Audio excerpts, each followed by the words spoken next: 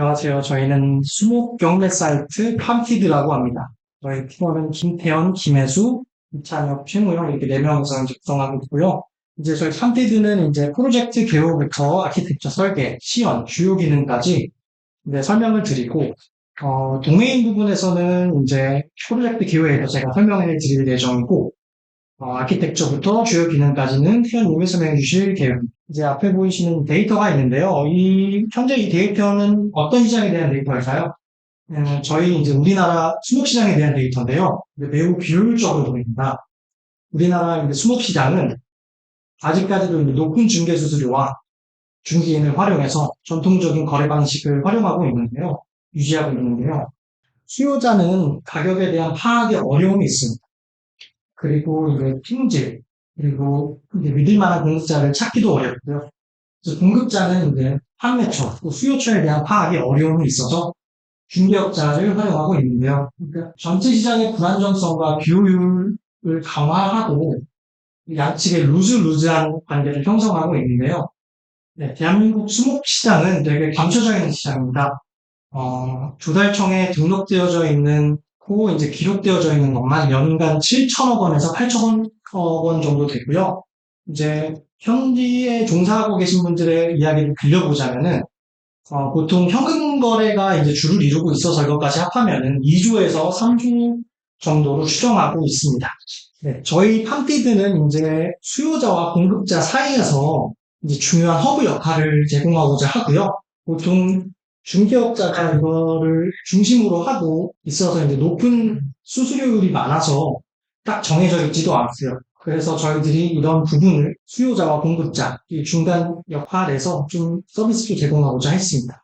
또 이제 저희는 NABC와 페르소나라는 접근법을 적용을 했는데요. 이제 니즈, 빠르고 효율적인 거래를 원하고 다양한 수목에 대한 정보를 필요로 하고 거래의 안정성과 신뢰성을 중시하는 상황에서 실시간으로 경매 참여 가능한 인터랙티브한 플랫폼을 경험할 수 있게 순사화된 그리고 또한 강화된 보안 시스템을 도입하여 신뢰성을 증대를 하고요. 그리고 베네핏 같은 부분은 빠르고 간편한 거래 프로세스로 시간과 비용 절감이 가능합니다. 그리고 간단한 거래 환경과 경매 시스템으로 신뢰성을 증가를 하고요. 컴페티션 같은 경우는 이제 효과적인 디지털 마케팅을 통해서 브랜드 인지를 높이고자 하는데 저희 같은 경우는 이제 묘목 축제가 있고 다양한 수목원이 있어서 좀 식목일이나 아니면 수목원들을 대상으로 마케팅을 좀 활용할 계획이고요. 또 MZ 세대를 또 타겟으로 해서 이제 SNS, 이제 인스타그램 같은 경우에서 릴스 같은 거를 만들어서 MZ 세대 같은 경우는 스케이트보드를 타면서 이제 시약 같은 거를 뿌리고 다니는 그런 영상들을 많이 제공을 하면서 좀 가까워질 수 있는 그런 환경을 만들고자 했습니다. 그리고 페르소나 같은 부분은 이제 가상인물을 사용하고 설정하고 실무레이션을 해봤는데요. 30대 이제 정원관리 서비스 제공자와 이제 정원 디자이너 같은 경우는 유지와 이용 동기에 맞춰서 높은 품질의 수목을 신속하게 확보하고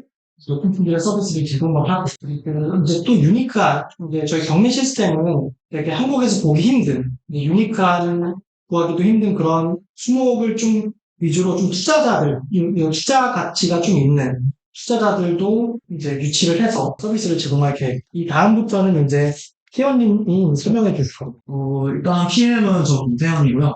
스크럼 마스터는 해수가 진행해줬고, 팀원으로 이제 멤버 서비스랑 패스 서비스 예를 들어서 JWT 토큰이나 아니면 그런 보안 같은 기능을 담당하신 분이 최명 팀원이고요. 아까 설명해주신 분이 이제 도메인에 관련해서 되게 해박한 지식을 가지고 있으셔가지고 아까 발표해주신 이찬현님입니다. 네, 그렇게 진행하면 일단 아키텍처 플로우부터 설명할 건데요. 여기서 일단 기 웹톡을 통해서 아까 이전 팀원에서도 말씀했다시피 웹톡을 통해서 젠킨스가 이렇게 다 다양하게 내포하는데 메인 서비스들을 내포할 예정이고요. 그다음 또 추가적으로 포인트가 되는 부분은 패스 서비스와 옵션 서비스가 레디스를 가지고 있다는 점인데 패스 서비스의 경우는 리프레시 토큰을 저장한 다음에 거짓말 하면 되는 로직이라서 패스 서비스 안에 같이 붙여놨지만 저희 옵션 서비스는 나중으로 설명하겠지만 경매라는 게 아무래도 트래픽이 많이 나가고 트래픽 감당이 힘들기 때문에 레디스 서버를 따로 주고 옵션 서비스를 3개 준 다음에 엔진엑스로 로드 밸런싱하는 그런 아키텍처로 만들었고요. 그래서 실제로 인스턴스가 올라가 있는 건 13개씩 그렇게 진행이 됐고요. 아키텍처 블록 설명한 김에 CICD 같이 설명하면 좋을 것 같아가지고 이렇게 진행을 하는데요. 처음에 젠킨스를 도입해가지고 기릿에서 레포지토리를 받아와가지고 빌드한 다음에 데미지로 빌드하는 과정이 생각보다 CPU를 많이 먹어가지고 가장 작은 인스턴스에서는 퍼포먼스가 제대로 나오지 않아서 젠킨스의 EC2 마이크로 EC2 라지로 업그레이드 해보니까 이제 웹포 연결하고 거기에 대한 자르 파일 빌드까지 되고 그 자르 파일을 통한 국가 임시 빌드까지 해가지고 CI/CD 구현이 됩니다. 네, 그 다음 인스턴스 플로우 설명하려고 하는데 이게 코드로 보기보다는 이렇게 도식화해서 보는 게 더 편리할 것 같은 느낌인데 예를 들어서 게이트웨이를 통과해가지고 저희가 경매라는 경매라는 아이템은 게시글을 통해서 생성되기 때문에 게시글을 통해서 가는데 여기서 그 다음 상품이라는 아이템 게시글이 자기네에 대한 데이터를 다 저장한 다음에 상품에 대한 데이터를 넘겨주고 그 상품이 이제 경매를 만들어주는데 이렇게 한꺼번에 이렇게 게시글에서 상품이랑 옵션을 같이 만들지 않고 따로따로 순차적으로 가게 만듦으로써 여기서 에러가 나면은 여기도 트랜잭션으로 에러가 나고 여기도 트랜잭션으로 에러가 나는 그런 컨 트랜잭션 조금이나마 구현했고요. 그 다음 또 옵션 서비스가 아까 엔진엑스를 통해서 로드 밸런싱 구성을 한다고 하는 걸 표현하기 위해서 엔진엑스가 옵션 서비스 3개를 가지고 있다고 표현했습니다.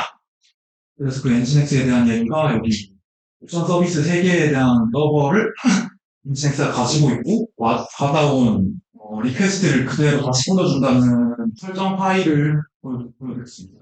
그리고 민감정보관리도 컴피그 서버에서 담당하니까 이쪽에 배치를 했는데요. 처음엔 이제 아무래도 설정 파일 자체가 팀원들도 다 같이 관리해야 되고 그러다 보니까 퍼블릭 레포지토리에 선정했는데 그러면 민감정보가 노출되니까 그때는 자스PT를 이용해서 암호화를 설정했는데 이제 설정 파일이 다 완성되고 나서는 제 계정으로 프라이빗 레포지토리 만들어서 그냥 암호화 없이 진행하도록 하겠습니다. 그 다음 서비스 플로우는 아까 설명했던 그 방식 그대로에다가 뭐 회원 가입은 다른 팀들이랑 로직이 똑같아서 생략하고요. 그다음 ERP 같은 경우에는 가장 포인트가 되는 점은 상품 서비스랑 옵션 서비스랑 1대1 매핑돼 있다는 점인데요.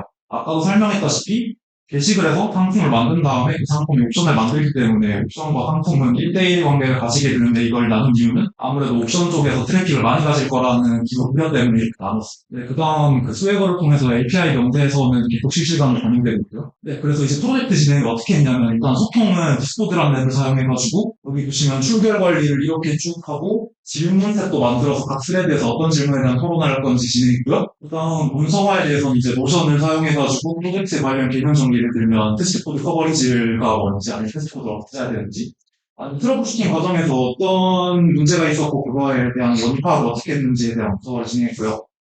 그 다음 또 깃에서 코드 리뷰 같은 경우도 이렇게 하나씩 초반에는 좀 힘들긴 했는데 초반에는 이렇게 하나씩 코드 다 보면서 리팩토링을 어떻게 하면 그 유지보수가 어떻게 되면 잘 되는지에 대해서 서로 토론하는 진행을 했습니다.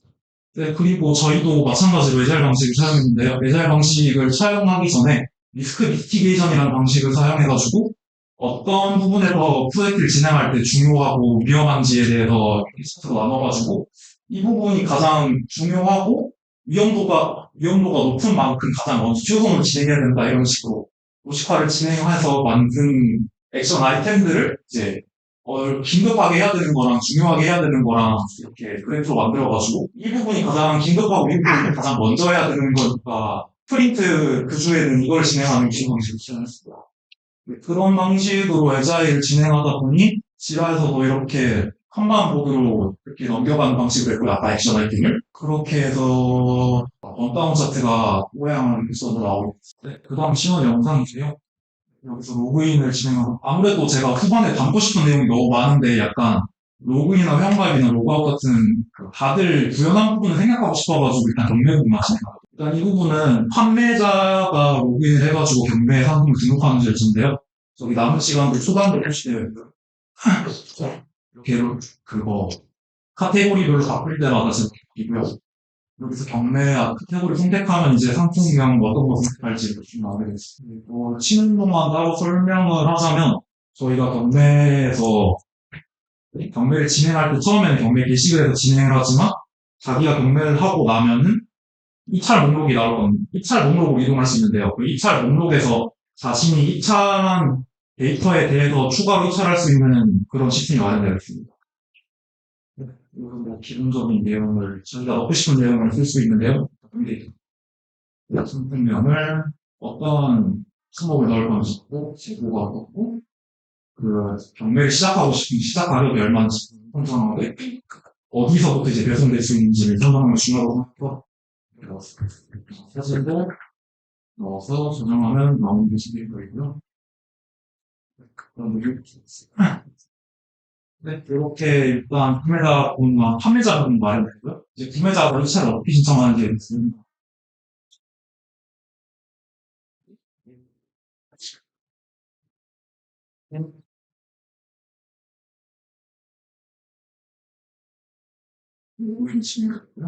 이제 구매자가 원하는 상품에 접속해서 입찰 시점을 누린 다음에 입찰 희망과 상대자는 뭐랑 착한 입찰가가 얼마인지 나갑시가 문제인지 저 부분은 이제 저도 RDS를 이슈를 이쪽 써가지고 파악을 진행 못했는데 입찰이 진행됐고 지금 메뉴바에 입찰 레어 페이지로 이동해서 자기가 뭘 입찰했는지 쭉 나오고요. 여기서 아까 자기가 입찰했던 내용인데 추가로 얼마를 넣을 건지를 선택하면은 이쪽 자기가 낙찰했던 내용에서 추가로 5,000원을 또 1,000원을 더 추가해가지고 입찰 내역이 나오거든요. 추가되면 그냥 아까 했던 거에 1,000원이 추가돼서 51,000원이 됐죠. 이렇게 경매를 지속적으로 진행할 수 있습니다. 이렇게 시연 영상 마무리됐고요. 이제 추가적으로 제가 주요 기능 설명하고 싶어서 이걸 시연 영상을 짧게 했는데 아무래도 저희가 MSA로 인스턴스를 나누다 보니까 같은 인스턴스 안에서 데이터베이스를 통신하지 못하니까 메인 API 사용해가지고 오픈베이 통신했는데 여기서 저희가 만든 인스턴스들이 어떻게 통신하고 있는지를 표현하고 있는 것이 예를 들어서 게시글 나가 설명했다시피 상품을 만들고 상품이 경매를 만들 거고 근데 또 게시글에서 상품을 조회할 때는 굳이 상품을 겹치지 않고 경매를 봐도 되니까 이렇게 갈 수 있게 만들어놨습니다. 그 다음 또 여기서 또 보상 트랜잭션 하나가 더 준비되어 있는데요.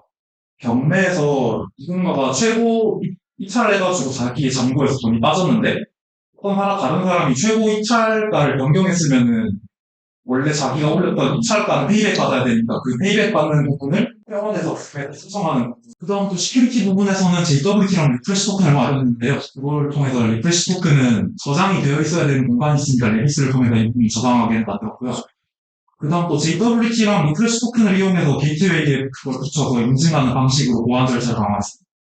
그 다음 또 동시성에 대해서는 아무래도 경매가 여러 개의 최고 입찰가 이상의 가격이 동시에 들어왔을 때 거기서 가장 최고위에 있는 가격을 뽑아내야 되기 때문에 그걸 위해서 레디스를 통해서 분산학을 걸어서 코드를 만들고 거기에 대한 테스트 코드를 통합 테스트로 진행해가지고 다른 인스턴스들은 직접 오픈 페인을 받아가지고 실제로 받아지는 결과가 성공해가지고 이 부분은 이제 동시성 처리가 완료됐다고 볼 수 있게 됐습니다. 이렇게 멀티스레드를 사용해가지고 말했거든요. 그 다음 옵저버 패턴을 통해서 경매 종료가 경매에 대한 아이템마다 서로 다를 거기 때문에 그게 언제 끝날지 실시간으로 옵저버 패턴을 통해서 확인한 다음에 그 부분에 대해서만 경매를 종료하는 거죠. 네, 그 다음 테스트 코드 부분인데요. 제가 테스트 코드 좀 많이 짜가지고 구글에서도 테스트 코드에 대해서 강조하는 형식으로 만들면서 코드의 커버리지라는 그런 시스템이 있는데 테스트 코드 커버리지에 대해서 구글이 이렇게 레벨을 나눠놨는데 지금 75% 이상이면 4레벨인데 제가 82%거든요. 아무래도 테스트 커버리지 자체가 높다고 좋은 건 아니지만 아무래도 저희가 공부를 하는 단계고 최대한 경험을 많이 쌓기 위해서 최대한 많이 올렸고요. 그 중에서도 메인 로직은 서비스 로직이니만큼 서비스 로직에 대해서는 로직 한 100% 치웠습니다. 또 여기 눌러보시면 제가 아까 테스트 코드 가이드 만든 노선 문서와 영상이 나오는데요. 테스트 코드를 왜 써야 되고 테스트 코드에 어떤 부분이 있는지 이렇게 쭉 나옵니다. 이거 짜느라 좀 시간이 많이 걸렸거든요. 이렇게 쭉 설명해놨고 아까 부분에서도 마찬가지로 그 트러블 슈팅에서 테스트 코드에서 트러블 슈팅에서 어떤 과정이 있었는지 예를 들면 제가 1페이지 캐싱이라는 걸 냈을 때 나중에 설명할 건데 스케줄러 테스트 코드를 짜야 하는 필요성이 있어서 스케줄러 테스트 코드를 진행하다가 나타났던 문제점들을 쭉 설명하고 어떻게 해결했는지에 대해서랑 원인 파악을 다 작성한 다음에 문서화 진행했습니다. 네, 그 다음으로요. 또 그 밖에 추가적인 건데 아까 말했던 1페이지 캐싱이라는 게 있는데 예를 들어서 대규모 트래픽이 들어왔을 때 가장 트래픽이 많은 구간은 저희로 치면 이제 게시글의 가장 첫 번째 페이지겠죠? 그래가지고 게시글의 가장 첫 번째 페이지에서 1초마다 그냥 DB에서 값을 들고 그냥 백엔드에서 가지고 있는 거예요. 그러면 원래 클라이언트가 4개의 리퀘스트를 하면은 DB가 4번, DB를 4번 읽어야 하는데, 그냥 1초마다 한 번씩 읽는 걸로 이 모든 트래픽이 남았어요. 그 다음 또 객체 합성을 통한 재사용성, 유용성으로 저희가 모든 통신에 대해서 컨트롤러의 리턴 타입을 글로벌 리스폰스 DTO라는 걸 지정해가지고 성공했는지 안 했는지 하는 데이터가 뭐였는지를 다 여기 안에 담기로 했고요.